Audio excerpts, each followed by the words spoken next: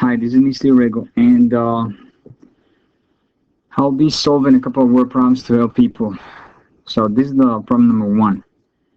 The question says find two consecutive integers such that the sum of twice the first integer and 3 times the second integer is 28. They give me a hint, which is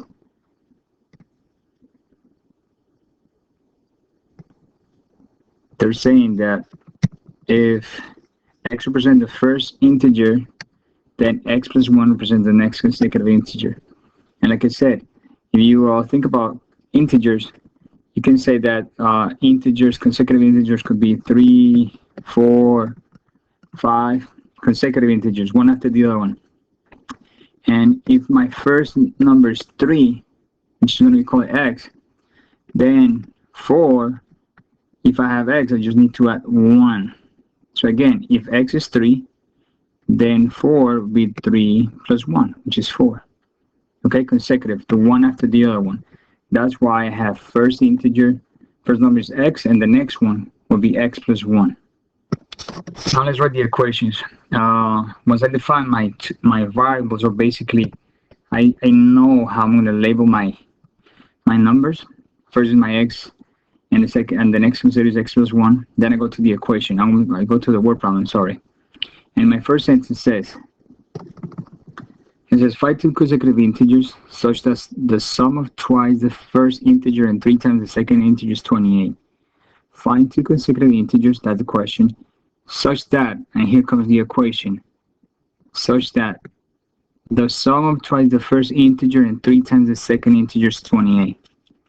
The sum of twice the first integer, what's the first integer? X. And 3 times the second integer, 3 times the second, and the second is x plus 1. And 3 times the second integer is 28. So that's how I write the equation, which is basically what I have here. Okay? 2x plus 3 parentheses x plus 1 equals 28. After that, it's a matter of just solving the equation. Once you solve the equation, the answer you're going to get is x equals 5. Okay? Right now, I'm going to go and answer the solve the equation, because by now you should know. If not, go back to previous videos, please. I'm concentrating on writing the translating from the word problems into the equations. Okay, that's today. Now, something that I forgot to mention is that once you find the value of x, which is x equals 5, you got to make sure that you go back and answer the question, because the question was find two consecutive integers. Find two consecutive integers. So you got to go that x equals x equals 5 here, but then the next consecutive integer will be x plus 1, which is 6. So your answer would be consecutive integers are 5 and 6. Make sure you answer the question. Now, number 2 is kind of the same thing, but a little bit different. It says find two consecutive odd integers. So examples of odd integers are 3, 5, 7, 9, 11, etc. So same thing as before. I'm going to see what's the increment between one and the other one. Between 3 and 5, you add in 2. 5 and 7, you add in 2. 7 and 9, you add in 2. So when you're doing odd integers, consecutive odd integers, or consecutive even integers, you add 2. So you need to define your first number. In this case, the first number is x. The second number will be x plus 2, because our increment here is plus 2. Okay, so that's how you define consecutive odd integers or consecutive even integers. So now we know that that's how we define our variables. Okay, my first number again is x. The second one is x plus 2, which is the next odd consecutive number. Now let's go back to the equation. Now we need to write the equation. And right now we're using only one variable, which is good. Sometimes we need to use 2 variables. In that case, we have to do 2 equations instead of only one that I'm using right now. So let's go and read the question, the problem. Find two consecutive odd integers. That's my question. Such that after those words normally comes the equation. 3 times the first integer, 3 times the first integer is 5 more than twice the second. So 3 times the first integer, which is 3x. 3 times the first integer is equals, okay? Is 5 more than twice the second. 5 more is plus, then twice the second, and I don't leave any space to write the equation. Okay, again, it's 5 more than twice the second. What am I writing like this? Because remember, whenever you have more than or less than, you're flipping the order.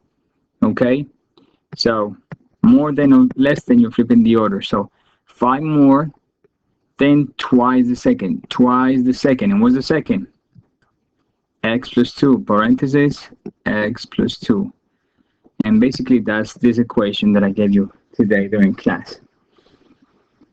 So we have that. Now it's a matter of just solving. Remember, when you solve this, technically you just distribute first, distribute. So I'm going to have 3x equals 4x, 2x, that's not 4. That should be a 2. So 2x plus, oh my God, what just happened? Okay, I got it back. So 2x, I'm distributing here at the top. So it's 2x, 2 times x is 2x, 2 times 2 is 4. So plus 4 plus 5. Remember, combine like terms if you're able to. So I'm going to combine the 4 and the 5, which is going to give me 9. And then I bring everything else down. 3x equals 2x plus 9. And then after that, I got to cancel one of the variables. I cancel the smallest one. So I'm going to do minus 2x, okay? And then I'm going to have 3x minus 2x is going to give me 1x. This cancels, and I have x equals 9. Now, once I have that, I need to make sure that I'm answering the question. So I'm going to go to the original question, and I find out that x equals, let me see, this is technical difficulties right now, that x equals 9, okay? But remember, they asked me for the 2 consecutive. Here's the problem, 2 consecutive. So if my first number is x, which is 9, oh my God, it's getting worse by the second. So let me go back here to the equation on the left. My first value is x, which we find out that it was 9. And the second number is x plus 2, which is 9 plus 2 equals 11. So my 2 numbers are 9 and 11. Okay? Now we have number 5 here. The length of a rectangular garden is 4 meters, more than 3 times its width. The perimeter of the garden is 56 meters. What are the dimensions of the garden? So basically, they're saying rectangular. Okay? Here we go. That's the word, rectangular. So I draw a rectangle. Now, length, let's call that length, and the side is going to be width. Okay, let's go with that. And oh my God, I'm making a mess right now. So here we go. That's going to be length times width, and I'm writing width on the side. Okay, so this is the width, this is the width, this is the length, and this is the length. Okay, opposite sides are the same. So I have my 2 variables. That L is length, W is width. That's defined. I need to write that down somewhere, but I didn't do it right now. Now I need to go straight to the equations. They're saying the length, and I said this before, every sentence is going to give you an equation. Okay, and also look for totals.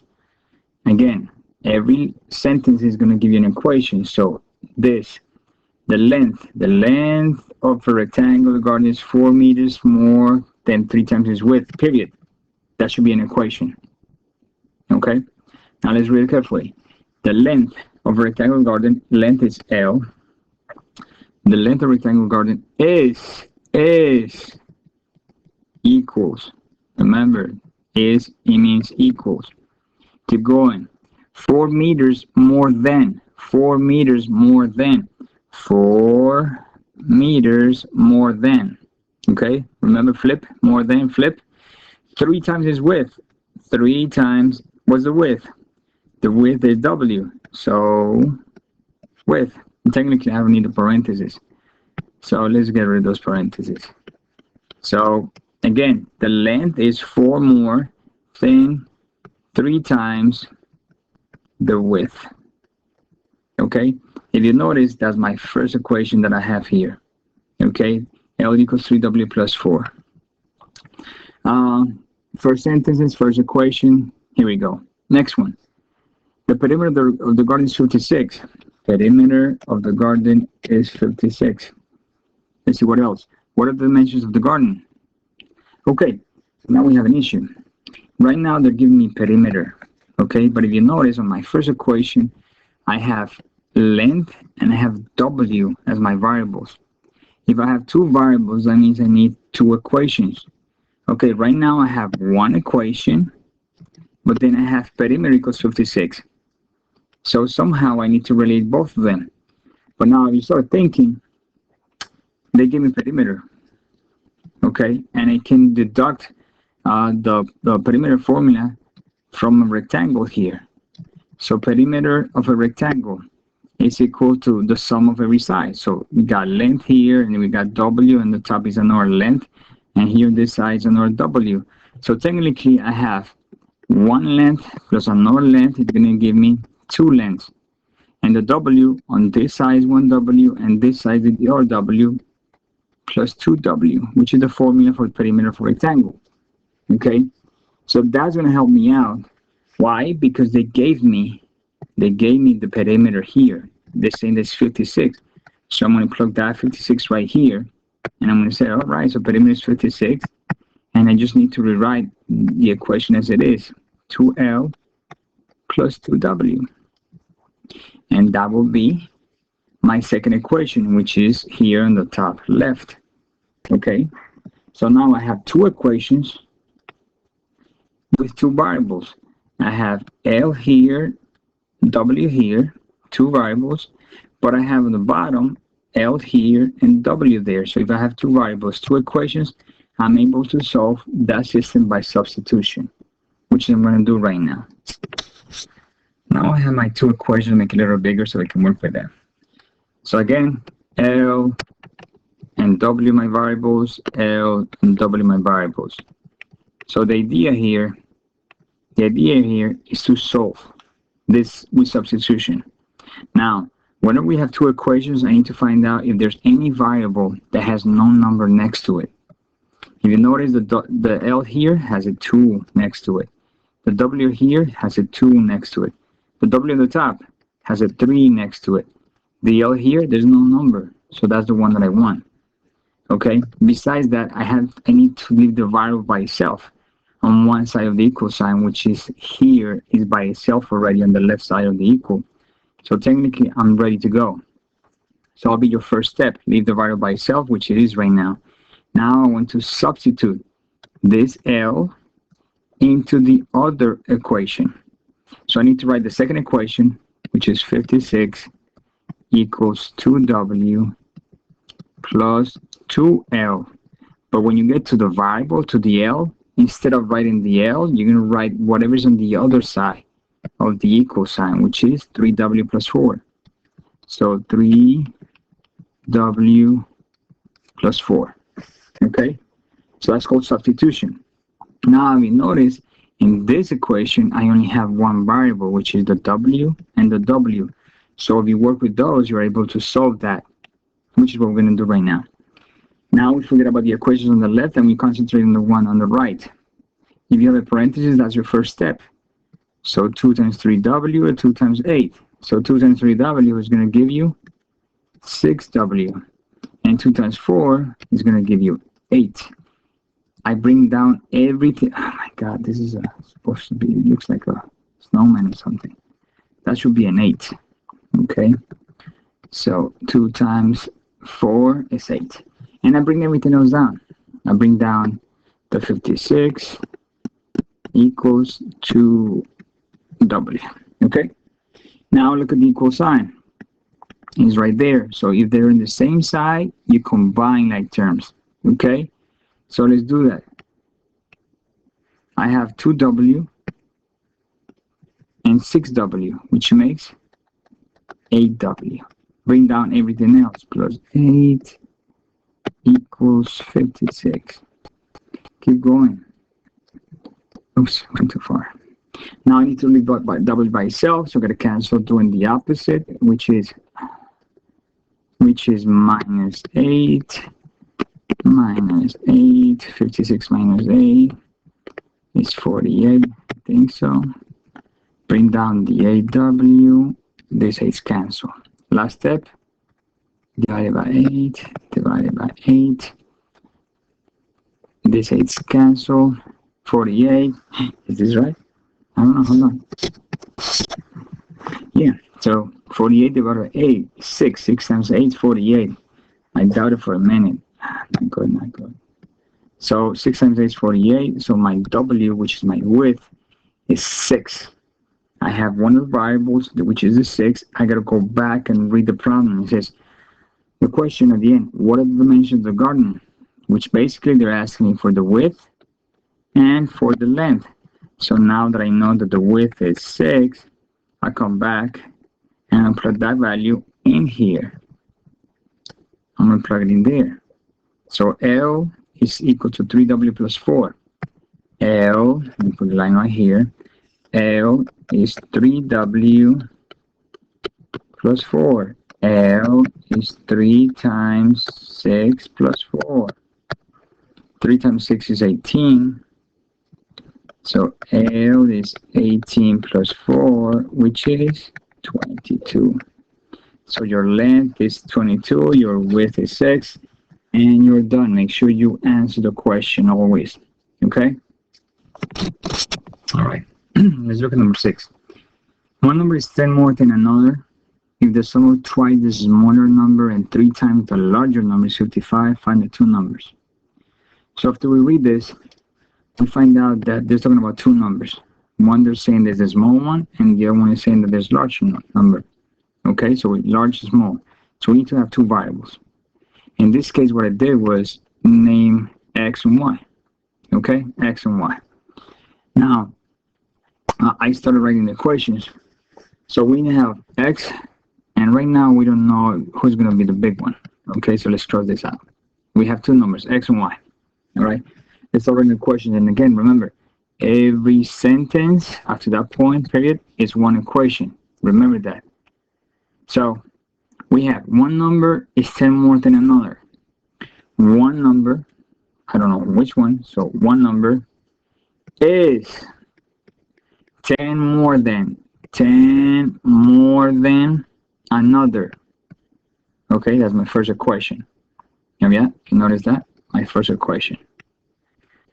Now, let's go to the second one. If the sum of twice the smaller number and 3 times the larger number is 55, find the two numbers.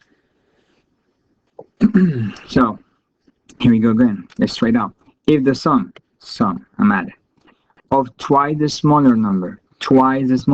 So here is how I figure out which one is the large one and which one is the small one. If we look at this equation, if we look at x equals y plus 10, okay, you notice that x is equal to y, but you have to add 10 to the y in order to be equal to the x. So in this case, the y is smaller because you need to add 10 to be equal to the other one. So that's how I figure out that y was the bigger one. I'm sorry, y was the smaller one. Why? Because I'm adding 10 in order to be equal to the x, which is the large number. Okay?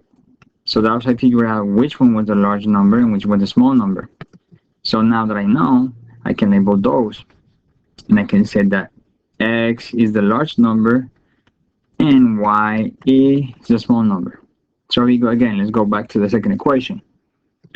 So if the sum of twice the small number, and now I know the y is a number, so it's a small.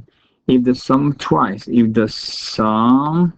of twice the small number and 3 times the large number, which is x, is 55. And that's how I got my second equation. X equals 55. It says find the two numbers. Again, same process as the previous one. Look, there's an X by itself right now. So I want to plug in the X into the second equation. Instead of writing everything, I want to write Y plus 10. And solve the same way that we just did in the previous problem. Once you solve that, you're going to find out you're going to have X equals 15 and Y equals 5. Just make sure that you write small number equals 5, the large number equals 15, and you answer the question. Now I'm going to do one more, and that's it. Now it is to kind of try to give you different word problems, different types of word problems. Okay, so that's why I'm kind of mixing everything. So again, there's many different types, so I'm not able to give you all of them, but I'll give you an idea so you can feel more comfortable whenever you're approaching a word problem. Here we go. 17. Tickets for a play cost $8 from the main floor and $6 on the balcony. If the total receipts from 500 tickets were $3,600, how many of each type of ticket were sold? So again, something I don't know if I mentioned or not. How do we know how many variables I have is depending on the question. Okay, look at the question. How many of each type of ticket were sold? That means we have different type of tickets, different kinds. So here we go. Let's go back. Tickets for the play cost $8 from the main floor, $6 for the balcony. So I have two variables right there. Okay, that's why I came over here. It says, oh, B is going to be balcony, M is going to be main floor ticket. So that's defining your variables. That's the first thing you do. Find the question, see what they're asking you, and go back and define your variables. So now that I know that I have two types of variables, that means I need two equations because I have two variables. So I need to find two equations. So on this type of problems, let's read it and let's get information. Tickets for a play cost $8. So I know that's the ticket per ticket. I'm sorry, for the main floor, and $6 in the balcony per ticket. Now it goes. If the total receipts from 500 tickets, so 500 tickets were total tickets, and this is total money. So I'm being given two totals. How many of each type of ticket were sold? So something I said before was that every total is going to give you an equation. So here we go, and I write the equation here. 500, and these are tickets. Tickets. That's one total. The other equation is going to be money. 3,600. Oh my God, horrible. Oh, even worse. So the other total is going to be $3,600. Okay. Keep messing it up. There you go. One of these days I'll get to it. So equals $3,600. There you go. So one total is the how many tickets were sold in total, and the other total is the money. Okay. Now tickets is like going to a movie theater. Your children are going and adults are going. Okay, they have different pricing. But if two adults go with 5 children, then in total there's 7 tickets. 2 children, 5 adults. In this case, you have balcony tickets and main floor tickets.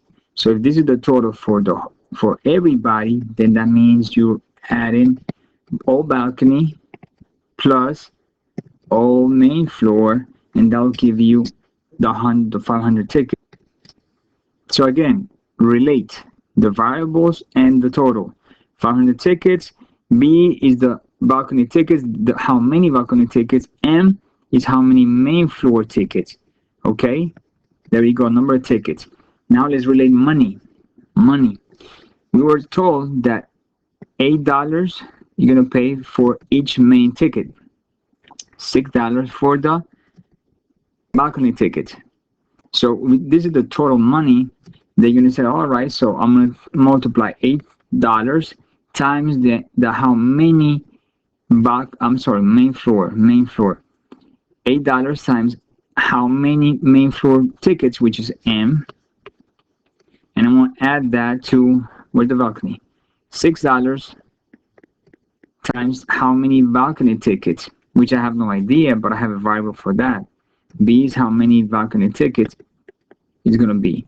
So price per ticket times number of tickets on main floor here plus $6 price per ticket times the number of tickets in the balcony is going to give you $3,600. So here you go. You have the two equations, two variables. You're able to solve that. Now here's one different step from the previous problems. Okay, when we have two equations, the main idea is to leave a variable by itself. On the previous two problems, it was simple because if we go back to it, here we go at number 6, the x was by itself on that side of the equation. Okay, so it was simple. Let's go back to the other one. Here, the L was by itself on the other equation, so it's just a matter of plugging it in. In this new problem, it's not that difficult either, but it's just an extra step. I need to leave a variable by itself on one of the two equations. Either the M from here, but you see that you have an 8 right there, or the B from here, but you see that you have a 6 next to it, or you can leave the M by itself, which has no numbers here, or the B by itself, which has no number there. So technically, you want to leave a variable by itself that has no number next to it. So in that case, I choose my first equation, and I need to solve either for B or for M. So let me make a line over here and bring that equation on the bottom. So B plus M equals 500. And I want to leave either the M or the B by itself. It doesn't matter which one you leave by itself, so I want to leave the B by itself. So if I want to leave the B by itself, that means I have to cancel the M. How do I cancel the M? Minus M, minus M. Okay, so this M is canceled. Bring down the B, and if I have 500 minus M. So now, if you notice, I have the B by itself. At this point is where you want to go and plug it into the other equation. The other equation, which is 8M, that is the one with the money. So let's write that down. 8M plus 6B equals 3,600. Okay, but remember, in this equation, instead of the B, I'm going to plug in, instead of writing the B here, I'm going to plug in 500 minus M. So let's go back. 8M plus 6B, instead of the B, parenthesis, 500 minus M. Okay, this 500 minus M is instead of the B, okay, from here to the top, equals 3,600. Okay, now it's a matter of solving. I'm going to solve that and finish up. So when we have something like this, distribute, right? 6 times 100 is 3,000. 6 times negative M is negative 6M equals 3,600. Okay, bring down the 8M over here, plus, and let's keep going. Combine like terms, M with M, 8 minus 6, 2M plus 3,000 equals 3,600. Leave the M by itself, minus 3,000, minus 3,000. Cancel the 3,000, so you have 2M. Oh, I can double it. You have 2M. 2M equals 3,600 minus 3,000 is 600 divided by 2, and I see that my M, the 2's cancel, is equal to 600 divided by 2 is 300. So now we have one of the answers. So that was how many tickets were sold from the main floor, which was 300. With that M, I gotta go back to my original problem. M is 300. So if M is 300, then B has to be 200.